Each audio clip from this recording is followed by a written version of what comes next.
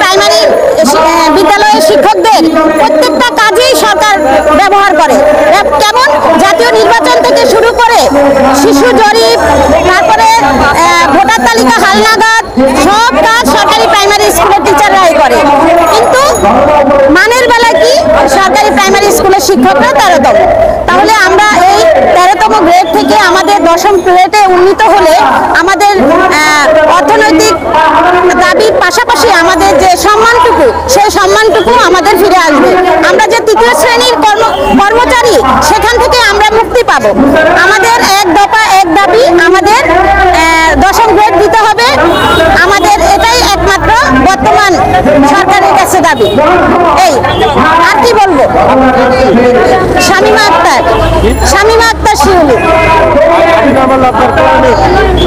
আসলে দাবি না মানলে আমাদের করণীয় কি? আমরা এভাবে আন্দোলন চালিয়ে যাব। আমরা আশা করি বর্তমান সরকার আমাদের এই দাবি মানবেন, আমরা আশা করি। কারণ এখানে আমরা অধিকাংশ মহিলা শিক্ষক। আমাদের এই দাবিটুকু আমাদের প্রাণের দাবি, আমাদের বেঁচে থাকারও অধিকার। আমাদের আর্থিক যে সমস্যা, এই টাকা দিয়ে আসলে আমাদের সংসার চলে না। আমাদের ছেলে মেয়েদের লেখাপড়া এই টাকা হয় না।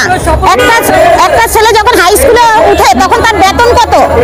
একটা হাই স্কুলে একটা স্টুডেন্টের বেতন কত?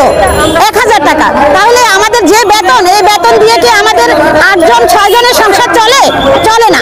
অনেক ফ্যামিলিতে আছে হাজবেন্ড কিছু পারে না, এই টাকা দিয়েই তাদের সংসার চলে। কিভাবে চলে এই টাকা দিয়ে সংসার? এটা আমাদের প্রাণের দাবি বর্তমান সরকারের কাছে, যে আমাদের 10ম গ্রেডে উন্নীত করে আমাদের যে বেতন বৈষম্য সেটাও লাঘব হবে এবং আমাদের সম্মানের জায়গাটুকু আমরা ফিরে পাবো। ধন্যবাদ।